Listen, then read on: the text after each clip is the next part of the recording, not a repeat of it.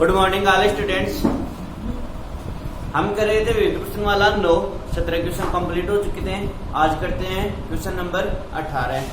देखो question number 18 में दे रखा है कि सिद्ध कीजिए कि समकोण त्रिभुज ए ओ बी में कर्ण का मध्य बिंदु सी त्रिभुज के शीर्षों ओ ए और बी से बराबर दूरी पर स्थित है। देखो एक काटी है तो लिया हमने, ठीक है। ये ओ बिंदु मूल बिंदु और मूल बिंदु के निर्देशांक 0 0। ये दोनों रेखाएं एक दूसरे के लंबवत रेखाएं। समकोण त्रिभुज की बात कही है प्रश्न में। बिंदु ए तो ले लिया अक्ष अक्ष पर ए और वाई अक्ष पर बी बिंदु। अब देखो जो ये ए बिंदु है इसके निर्देशांक क्या क्या होंगे। अक्ष अक्ष पर स्थित है बिंदु, ठीक है। तो हम मान लेते हैं अक्ष और वाई अक्ष का मान 0 हो जाएगा।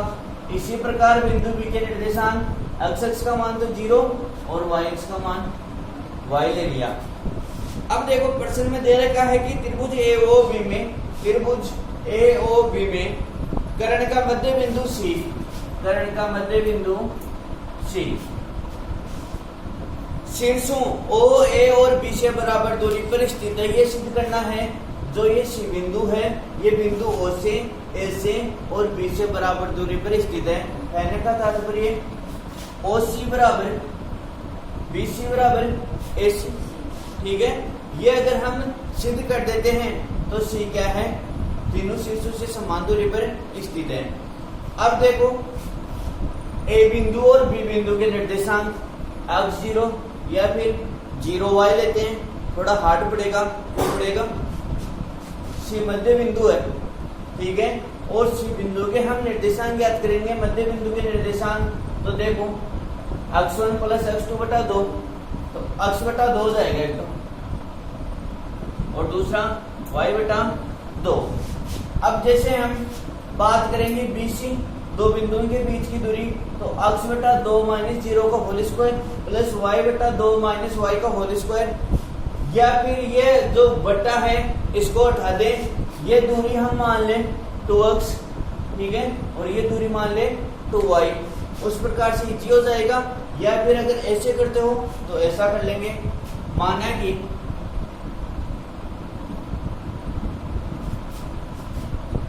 त्रिभुज ए ओ बी में ओ बिंदु के निर्देशांक है 0 0, ए अक्ष 0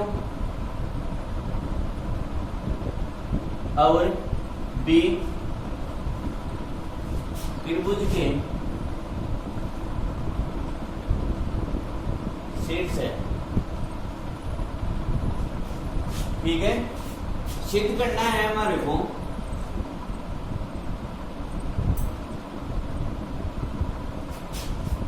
OC बराबर BC बराबर AC। क्यों? प्रश्न में दिया हुआ है कि C कर्ण का मध्य बिंदु है और जो ये C है ये त्रिभुज के शीर्षों से क्या है, समान दूरी पर स्थित है। इसका मतलब जितना OC होगा उतना ही BC होगा और उतना ही AC होगा। तो सिद्ध करना है OC बराबर BC बराबर AC, ठीक है। अब देखो पहले ज्ञात करें C बिंदु के निर्देशांक, ठीक है। C रेखाखंड AB का क्या हो गया, मध्य बिंदु हो गया। तो मध्य बिंदु के सूत्र से C बिंदु के निर्देशांक ज्ञात कर सकते हैं। C रेखाखंड AB का मध्य बिंदु है, अतः मध्य बिंदु के सूत्र से, मध्य बिंदु का सूत्र क्या होता है, x बराबर x1 प्लस x2 बटा 2। तो देखो x का मान ज्ञात करेंगे, तो x1 कितना हो गया, x प्लस x2 0 बटा 2। x बराबर कितना है, x बटा 2। तो C बिंदु का x निर्देशांक तो आ गया x बटा 2। इसी प्रकार मध्य बिंदु के सूत्र से y का मान ज्ञात करते हैं, तो y बराबर क्या होता है, y1 प्लस y2 बटा 2 y बराबर y1 का मान 0 प्लस y2 का मान y बटा 2, यानी कि y बटा 2। यह आ गया y बटा 2। तो सी बिंदु के निर्देशांक आ गए x बटा 2 और y बटा 2। अब देखो हमें सिद्ध करना है OC, BC और AC तीनों को बराबर। तो तीनों का देखो बराबर सिद्ध करेंगे। OC का मतलब दो बिंदु O और C, इनके बीच की दूरी हो गई। तो OC बराबर दो बिंदुओं के बीच की दूरी, और दो बिंदुओं के बीच की दूरी कैसे ज्ञात करते हैं? x2 माइनस x1 का whole square plus y2 minus y1 का होल स्क्वायर का अंडर रूट। तो x बटा 2 माइनस 0 का whole square plus y2 y बटा 2 माइनस y1 0 का होल स्क्वायर का अंडर रूट। OC बराबर x बटा 2 में से 0 गया तो x बटा 2, तो x बटा 2 का होल स्क्वायर प्लस y बटा 2 का होल स्क्वायर का अंडर रूट। OC बराबर x बटा 2 का होल स्क्वायर x स्क्वायर बटा 4 प्लस y स्क्वायर बटा 4। अब देखो अगर बार हम इस दूरी को 2x 0 और 0 2y में लेते, ठीक है, तो ये दिक्कत नहीं आती। जो ये हर वाली है ये दिक्कत नहीं आती। अगर हम x और y के रूप में लेते हैं तो करो आगे है।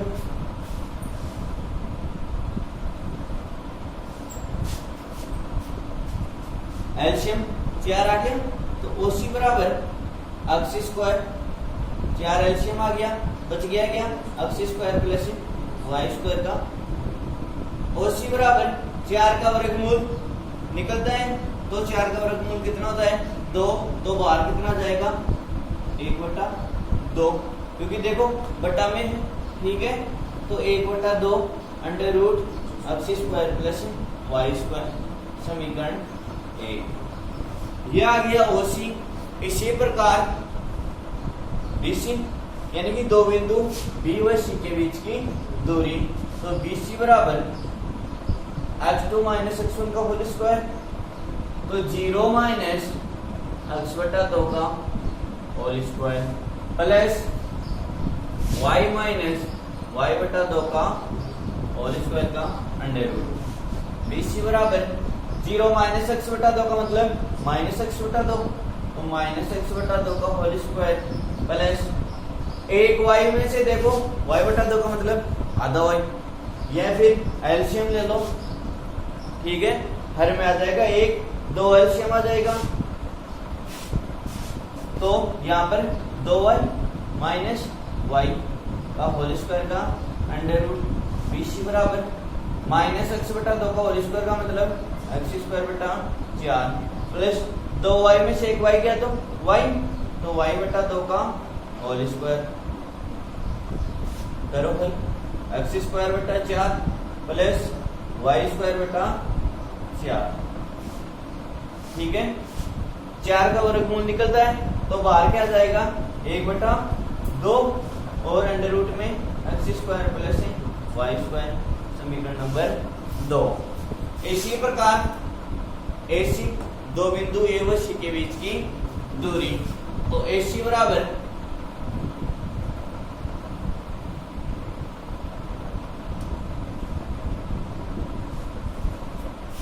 x2 माइनस x1, तो x माइनस x बटा 2 का whole square plus y2 minus y1 का होल स्क्वायर का अंडर रूट। AC बराबर x माइनस x बटा 2 का मतलब x बटा 2 का whole square plus minus y बटा 2 का होल स्क्वायर का अंडर रूट। AC बराबर x स्क्वायर बटा 4 प्लस y स्क्वायर बटा 4, क्या हो जाएगा?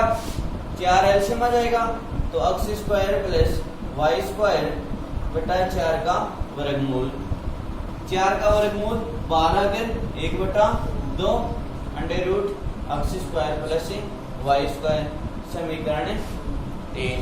समीकरण 1, 2, 3 के अनुसार क्या हो रहा है? OC बराबर BC बराबर AC, और ये क्या करना था हमारे को? सिद्ध करना है। इसका मतलब क्या हुआ कि जो ये बिंदु सी है, कर्ण का मध्य बिंदु सी है, वो त्रिभुज के तीनों शीर्ष ओ, ए और बी से क्या है, समान दूरी पर स्थित है। अतः कर्ण का मध्य बिंदु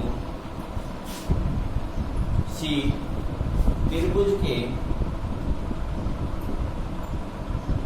तीनों, अतः देखो समीकरण 1, 2 व 3 से, ठीक है। अतः समीकरण 1, 2 व 3 से कर्ण का मध्य बिंदु सी त्रिभुज के तीनों शीर्षों से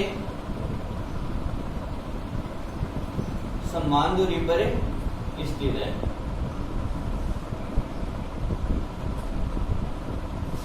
ठीक है। Question number 19।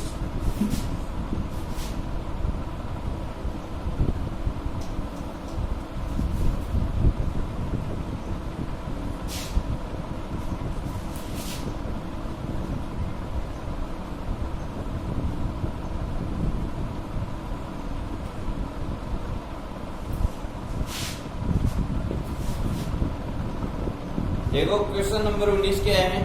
उस त्रिभुज की माध्यिकाओं की लंबाई ज्ञात कीजिए जिसके शीर्ष 1, -1, 0, 4 और -5, 3 है।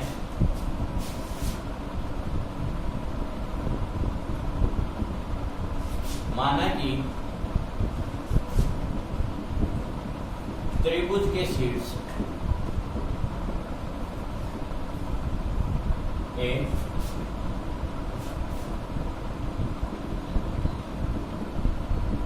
बी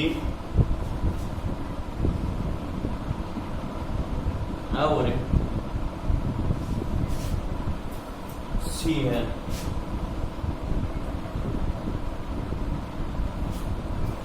ज्ञात करना है माध्यिकाओं की लंबाइयां।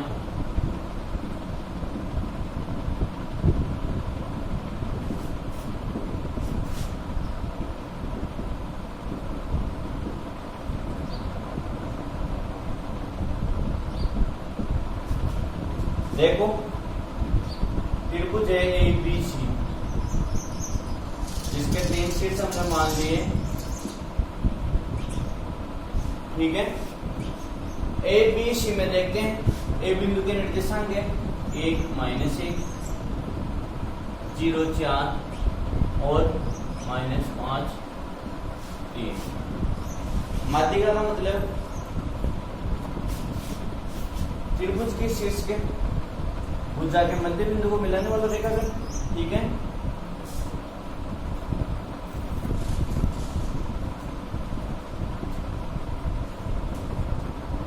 यह माध्यिकाएं ले ली हमने। AD माध्यिका हो गई, B माध्यिका हो गई और CM माध्यिका हो गई। अब देखो प्रश्न में पूछा है कि माध्यिकाओं की लंबाइयां AD कितना होगा, B कितना होगा और CF कितना होगा। इस त्रिभुज के अनुसार देखो भुजा लेते हैं हम पहले AC, P क्या हो गया, माध्यिका मध्य बिंदु हो गया ना, तो मध्य बिंदु के निर्देशांक ज्ञात कर सकते हैं, ठीक है। रेखाखंड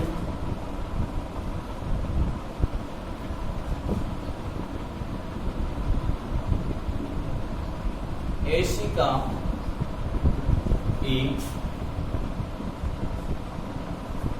मध्य बिंदु है, अतः मध्य बिंदु के सूत्र से E मध्य बिंदु हो गया, तो मध्य बिंदु के सूत्र से x1 + x2 बटा 2 और y1 + y2 बटा 2 ज्ञात करके हम E बिंदु के निर्देशांक ज्ञात कर सकते हैं। तो देखो x बराबर x1 + x2 बटा 2, x बराबर क्या आ जाएगा, x1 1 + x2 -5 बटा 2। हल करो, 1 + -5 बटा 2 -4 बटा 2 और -4 बटा 2 का मतलब 2 माइनस, ठीक है। तो E बिंदु के निर्देशांक x अक्ष का मान तो आया -2, y अक्ष का ज्ञात करें तो y बराबर y1 प्लस y2 बटा 2 मान रख दो सूत्र में। y1 का मान -1 प्लस y2 का मान 3 बटा 2। -1 प्लस 3 का मतलब प्लस 2, 2 बटा 2 का मतलब 1। तो बिंदु E के निर्देशांक तो क्या हो गए, -2 और 1। इसी प्रकार रेखाखंड AB का F क्या हो गया, मध्य बिंदु। तो मध्य बिंदु के सूत्र से A बिंदु के निर्देशांक भी ज्ञात कर सकते हैं। रेखाखंड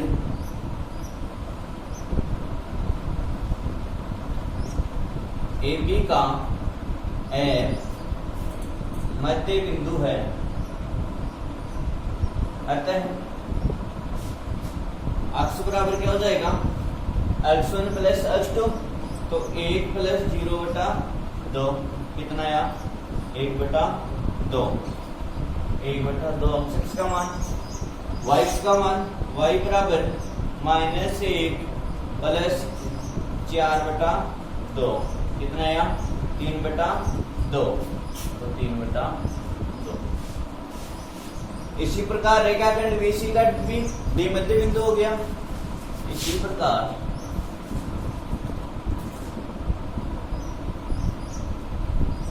रेखाखंड BC का D मध्य बिंदु है, अतः x बराबर x1 प्लस x2। तो -5 प्लस 0 बटा 2 और -5 प्लस 0 बटा 2 का मतलब -5 बटा 2। तो D बिंदु का अक्ष का निर्देशांक तो हो गया -5 बटा 2। y का मान क्या हो जाएगा, 3 प्लस 4 7 बटा 2। तो 7 बटा 2। ये हमने बिंदु D, E और F के निर्देशांक ज्ञात कर लिए। अब देखो माध्यिकाओं की लंबाइयां बतानी है। AD माध्यिका की लंबाई कैसे ज्ञात करेंगे, AD देखो दो बिंदु A और D हो गया, और दो बिंदु के बीच की दूरी क्या है, AD है। इसी प्रकार BE हो जाएगा और इसी प्रकार CF हो जाएगा।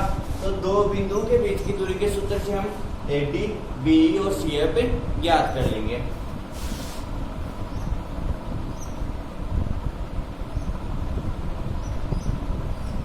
माध्यिका AD की लंबाई, तो माध्यिका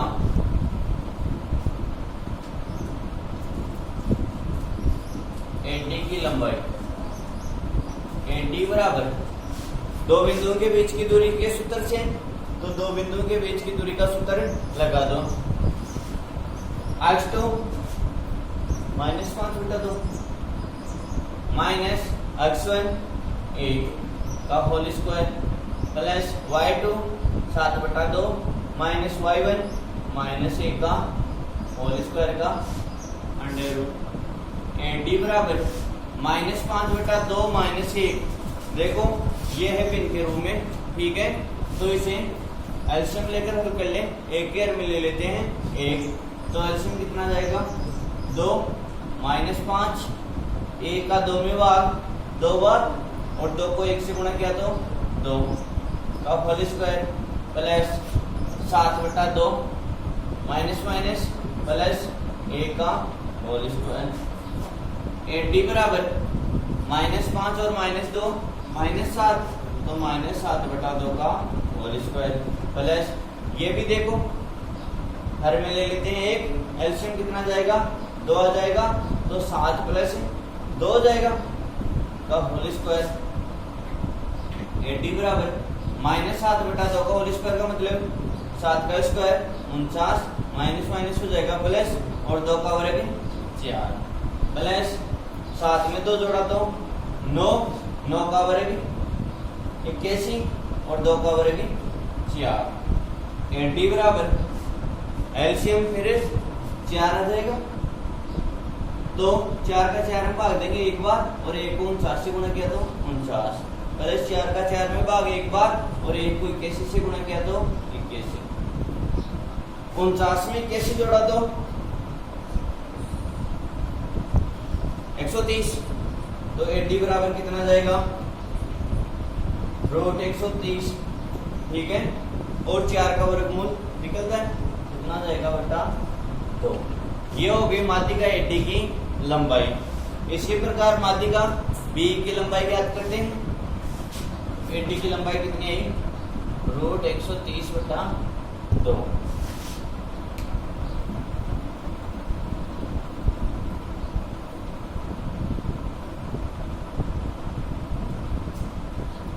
माध्यिका बी की लंबाई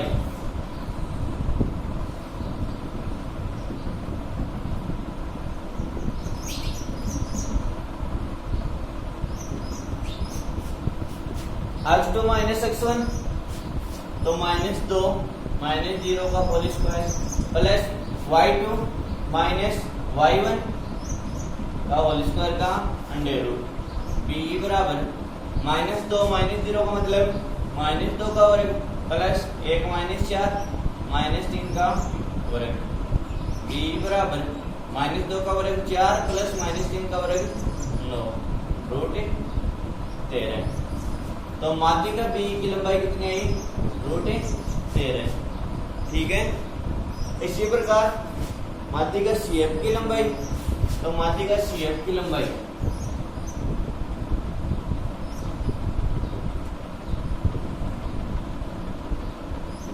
माध्यिका सीएफ की लंबाई बिंदु सी व एफ के बीच की दूरी हो जाएगी x2 माइनस x1 तो -5 माइनस 1/2 का होल स्क्वायर प्लस 3 माइनस 3/2 का होल स्क्वायर का अंडर रूट। सी एफ बराबर -5 माइनस 1/2 होल करेंगे, हर में लेते हैं 1, एलसीएम कितना जाएगा 2, 1 का 2 में भाग 2 बार और 2 को -5 से गुणा किया तो -10, -2 का 2 में भाग 1 बार और 1 को 1 से गुणा किया तो 1 प्लस स्क्वायर में 1 2 आ गया एलसीएम, 1 का 2 में भाग 2 बार और 2 को 3 से गुणा किया तो 6, -2 का 2 में भाग 1 बार और 1 को 3 से गुणा किया तो 3।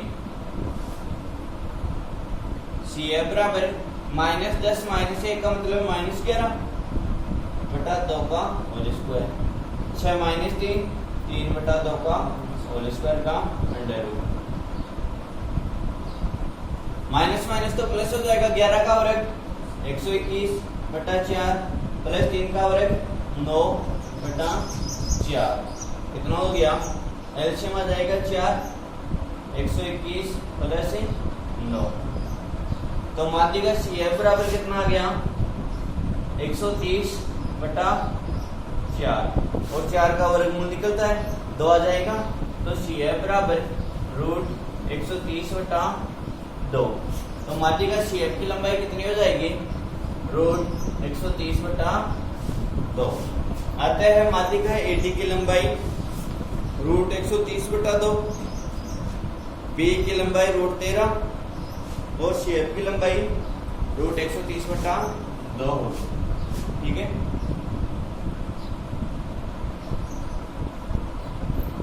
Question number 20।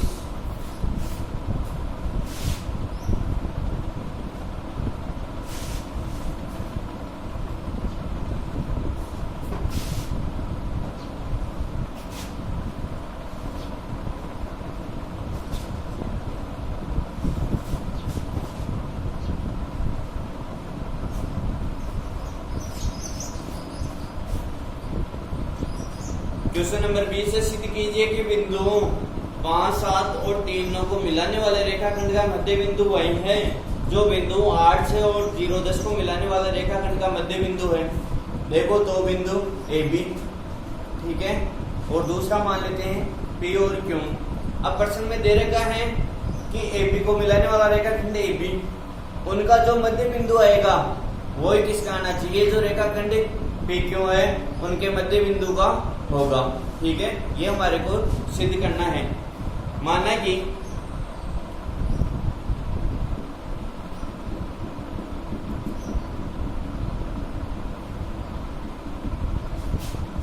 बिंदुओं ए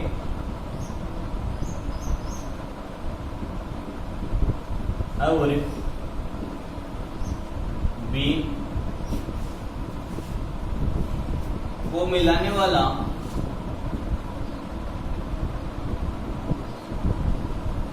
रेखाखंड AB है, जिसका मध्य बिंदु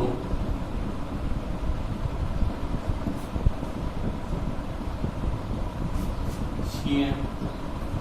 ठीक है, तथा बिंदुओं P,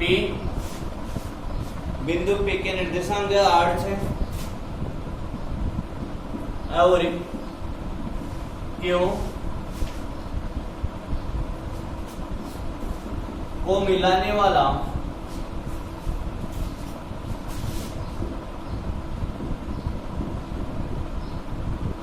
रेखाखंड PQ का मध्य बिंदु D है। ठीक है, सिद्ध करना है कि जो बिंदु C के निर्देशांक आएंगे वो किसके आने चाहिए, बिंदु D के निर्देशांक आने चाहिए। ठीक है, रेखाखंड AB A के निर्देशांक है 5, 7 और B के निर्देशांक है 3, 9। इस रेखाखंड को मिलाने वाला मध्य बिंदु हमने क्या माना, C। तो C बिंदु के निर्देशांक याद करेंगे मध्य बिंदु के सूत्र से। तो मध्य बिंदु के सूत्र से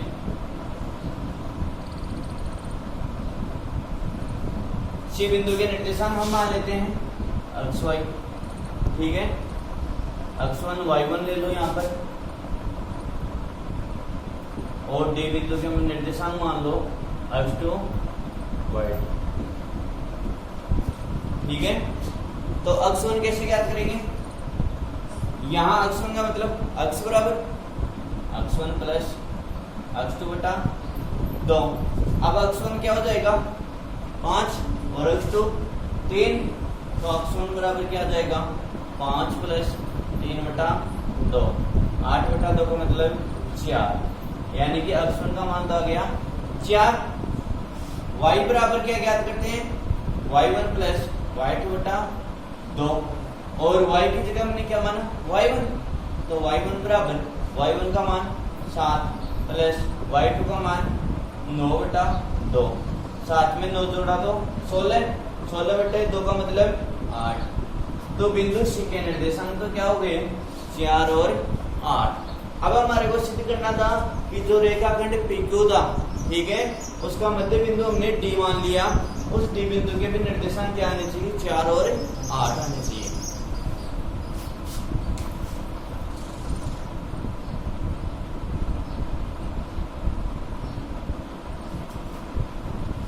इसी प्रकार रेखाखंड है PQ,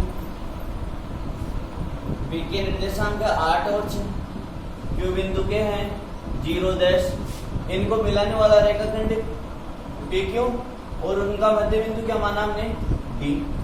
D बिंदु के निर्देशांक लिए अक्ष 2 y2। तो मध्य बिंदु के सूत्र से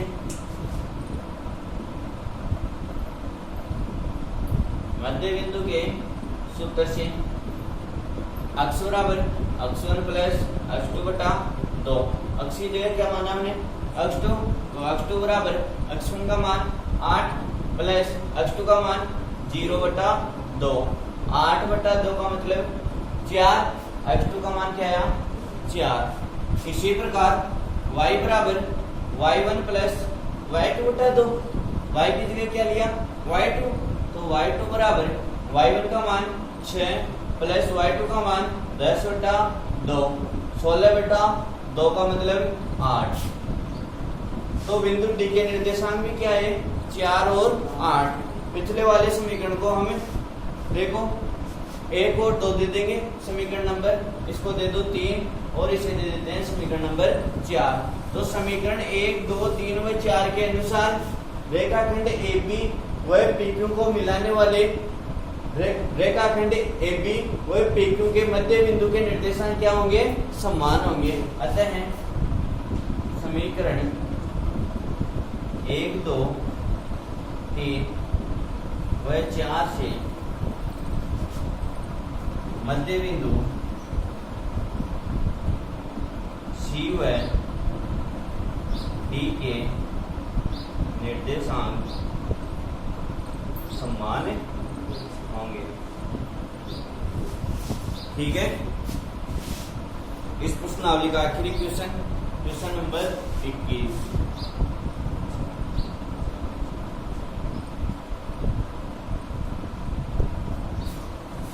लेंथी है थोड़ा एक क्वेश्चन।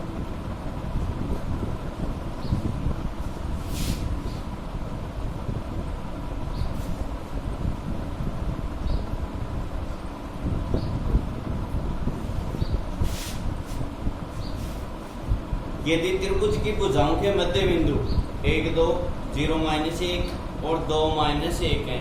प्रश्न में दे रखा है कोई त्रिभुज, ठीक है, उसकी भुजाओं के मध्य बिंदु के निर्देशांक दिए हुए हैं। तो अब देखो, पहले हम ज्ञात करेंगे शीर्ष। ठीक है, इसमें पूछा है कि त्रिभुज के शीर्षों के निर्देशांक ज्ञात कीजिए।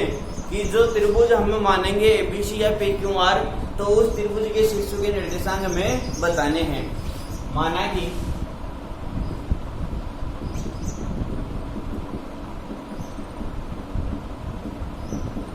त्रिभुज के शीर्ष ए बिंदु के निर्देशांक हमने मान लिया x1, y1, B x2, y2 और C x3, y3 है। ये हमने त्रिभुज एबीसी के शीर्ष से ले लिए। ठीक है, और प्रश्न में क्या दिया हुआ है? मध्य बिंदुओं के निर्देशांक तथा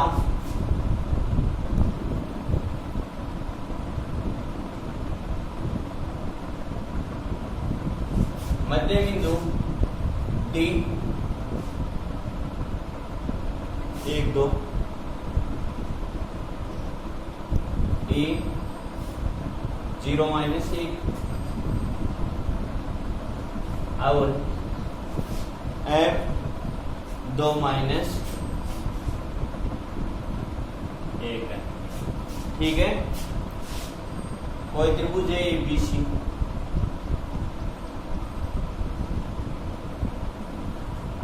मध्य बिंदु D, E, F। D बिंदु के निर्देशांक है 1, 2, E बिंदु के हैं 0, -1 और F बिंदु के 2, -1। A बिंदु के निर्देशांक लिए हमने x1, y1, x2, y2 और x3, y3 ज्ञात करना है। तीनों शीर्षों के निर्देशांक यानी कि x1, x2, x3, y1, y2, y3 ये हमें ज्ञात करना है। ये दिया हुआ है हमारे पास। ठीक है, कोई रेखाखंड है AB, F क्या है? मध्य बिंदु है। मध्य बिंदु के सूत्र से x बराबर x1 + x2 बटा 2 होता है कि नहीं होता है? ठीक है, और x का मान प्रश्न में दिया हुआ है। रेखाखंड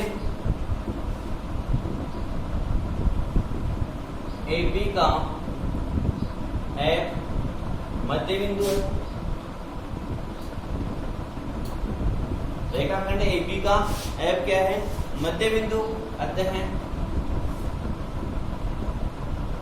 मध्य बिंदु के सूत्र से क्या होता है? मध्य बिंदु का सूत्र x बराबर x1 + x2 बटा 2। x का मान कितना है? 2 बराबर x1 x2 तो x1 + x2 बटा 2। वज्र गुणा करेंगे तो 2 से गुणा हो जाएगा। हर में एक ले लेते हैं। एक को किसी भी संख्या से गुणा कराएंगे तो वही संख्या प्राप्त होगी। तो 2 को 2 से गुणा किया तो 4 बराबर x1 + x2, समीकरण नंबर 1।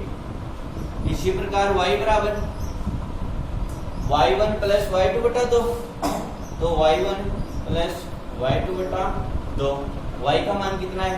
-1, तो -1 बराबर y1 और y2 दोनों ही ज्ञात राशियां हैं, तो y1 प्लस y2 बटा 2 वज्र गुणा करेंगे तो -2 बराबर y1 प्लस y2, ठीक है, समीकरण नंबर 2। इसी प्रकार BC का मध्य बिंदु है D। इसी प्रकार रेखाखंड BC का D मध्य बिंदु है, अतः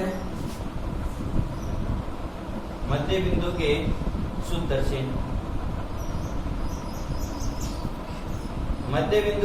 से हल करेंगे, ठीक है। तो अक्ष बराबर x1 प्लस x2 बटा 2, अक्ष का मान 1, x1 प्लस x2, x1 की जगह क्या है, x2 है, तो x2 प्लस x2 की जगह क्या है, x3 बटा 2 वज्र गुणा करेंगे तो 2 1 से गुणा होगा, 2 बराबर x2 प्लस x3, 2 बराबर x2 प्लस x3, समीकरण नंबर 3। इसी प्रकार y का मान ज्ञात करें तो y बराबर y1 प्लस y2 बटा 2, y का मान कितना है, 2, तो 2 बराबर y1 की जगह y2 प्लस y2 की जगह क्या है, y3 है, तो y3 बटा 2 वज्र गुणा करेंगे तो 2 को 2 से गुणा किया तो 4 बराबर y2 प्लस y3, समीकरण नंबर 4। इसी प्रकार देखो रेखाखंड AC का मध्य बिंदु है E, ठीक है।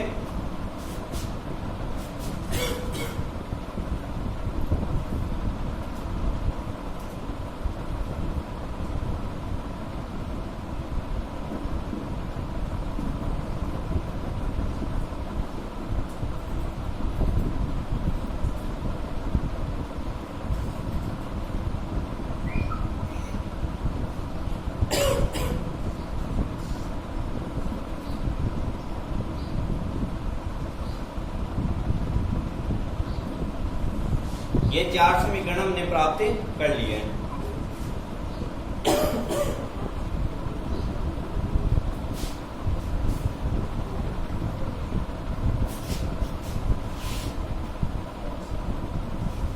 अब देखो रेखाखंड AC का मध्य बिंदु क्या हो गया, E हो गया। इसी प्रकार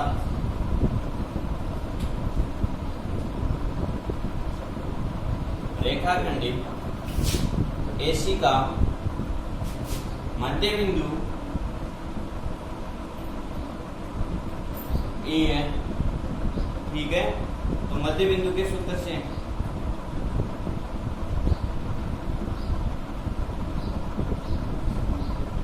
x बराबर x1 प्लस x2 बटा 2, x का मान कितना है, 0, तो 0 बराबर x1 की जगह कितना है, x3, या फिर ये ले लो, ठीक है, x1 प्लस x2 की जगह x3 बटा 2 वज्र गुणा करेंगे तो 0 बराबर x1 प्लस x3, समीकरण नंबर 5। y का मान ज्ञात करते हैं तो y बराबर y1 प्लस y2 बटा 2, y का मान कितना है, -1 बराबर y1 का मान y1 प्लस y2 का मान y3, वज्र गुणा करेंगे तो -2 बराबर y1 प्लस y3, समीकरण नंबर 6।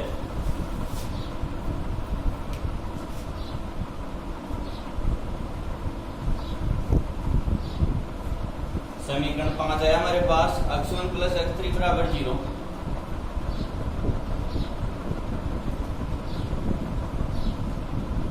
समीकरण 6 है y1 प्लस y3 बराबर -2। अब क्या करें,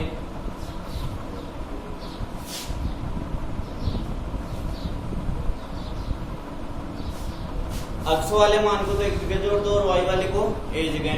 तो देखो अक्ष वाले समीकरण 1 में, 3 में और 5 में, तो समीकरण 1, 3 व 5 को जोड़ने पर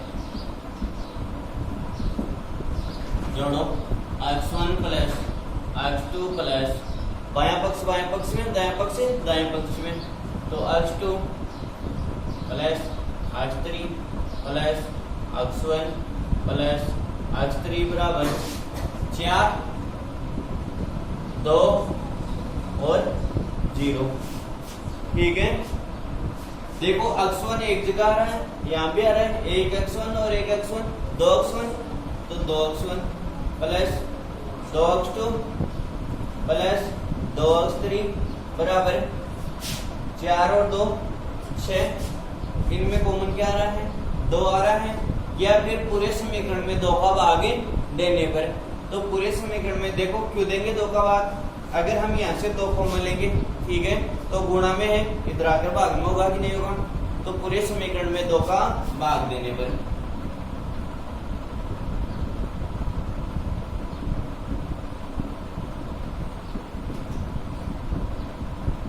पूरे समीकरण में 2 का भाग देंगे तो क्या बच जाएगा? x1 plus x2 plus x3 बराबर 3। इसे दे देते हैं समीकरण नंबर 7। इसी प्रकार y वालों को समीकरण 2, 4 व 6 को जोड़ने पर, तो समीकरण 2, 4 व 6 को जोड़ने पर तो जोड़ेंगे। देखो समीकरण 2 क्या है? y1 प्लस y2 बाएं पक्ष में। समीकरण 4 में क्या है? y2 प्लस y3 और समीकरण 6 क्या है? y1 plus y3। अब दाएं पक्ष को जोड़ लेते हैं, तो समीकरण 2 में तो क्या है? -2 प्लस समीकरण 4 में 4 और समीकरण नंबर 6 में देखो दाएं पक्ष में समीकरण 2 में कितना मान है? ये इसके बराबर चल रहा है, ठीक है, -2 प्लस 4 और प्लस -2। ठीक है, ये हमने जोड़ लिया। तो देखो सब 2 बार आ रहे हैं, ठीक है, तो 2y1 plus 2y2 plus 2y3 बराबर -2 और -2 -4 और प्लस के 4 कैंसिल होकर क्या हो जाएगा? 0 हो जाएगा। तो ये आ गया 0। पूरे समीकरण में 2 का भाग देंगे तो क्या बच जाएगा? y1 plus y2 plus y3 बराबर 0। ये समीकरण नंबर 8। अब देखो तीनों ही हमारे पास नहीं है, नहीं तो x1 x2 x3 है और नहीं y1 y2 y3 है। लेकिन देखो अगर हम समीकरण 7 में x1 प्लस x2 की जगह क्या रख दें? 4 रख सकते हैं, तो x3 का मान आ जाएगा। ठीक है, तो समीकरण 7 में समीकरण 1 का मान रखने पर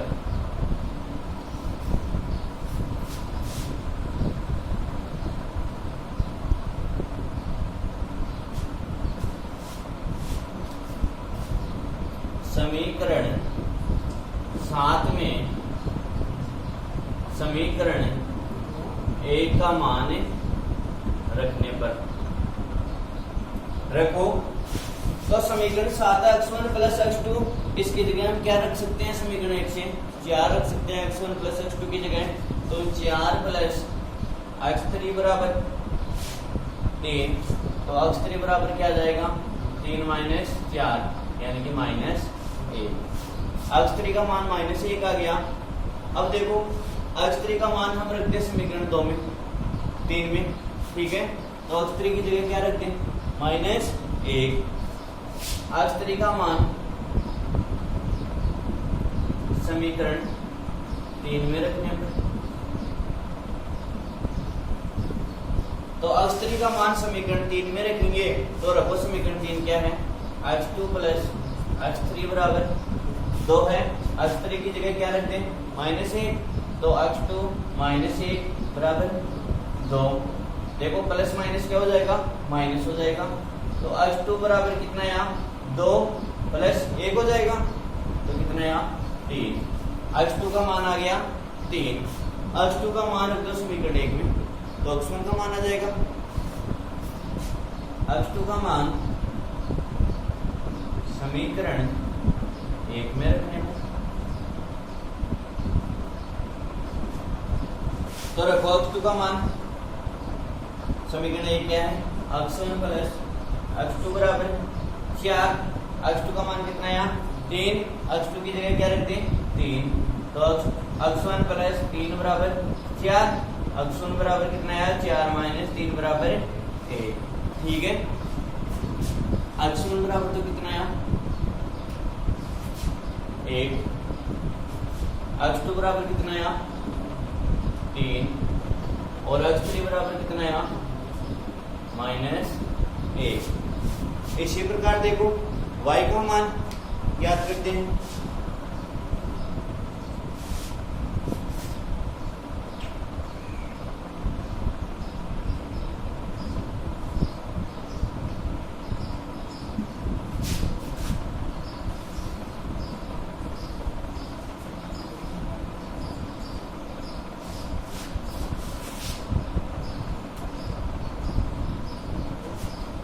इसी प्रकार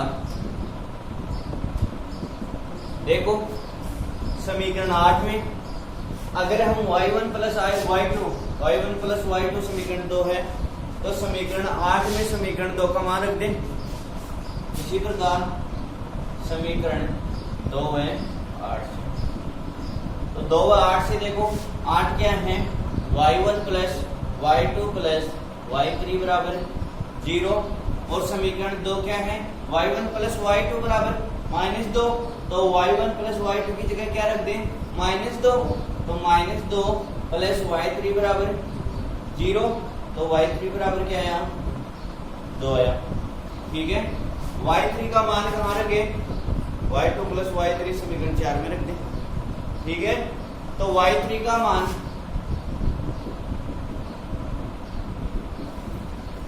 समीकरण 4 में रखने पर समीकरण 4 क्या है y2 प्लस y3 बराबर 4, y3 का मान कितना है 2, तो y3 की जगह क्या रख दें 2, तो y2 प्लस 2 बराबर 4, y2 बराबर 4 माइनस 2 का मतलब 2, y2 का मान कितना गया 2। अब जो y2 का मान आया है इसे रख देते हैं समीकरण 2 में, तो y2 का मान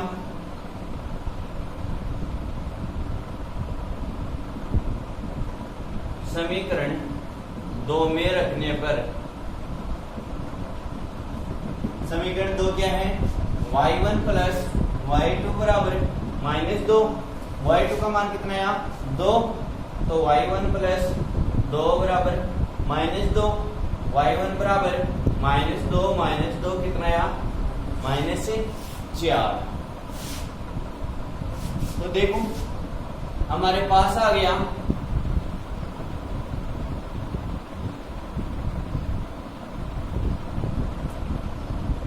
x1 बराबर 1, x2 बराबर 3, x3 बराबर -1, y1 बराबर -4, y2 बराबर 2 और y3 बराबर 2। ठीक है, अब जो हमने शीर्ष माने थे a b c वहां पर इन बिंदुओं के निर्देशांक लिख देते हैं। अतः त्रिभुज के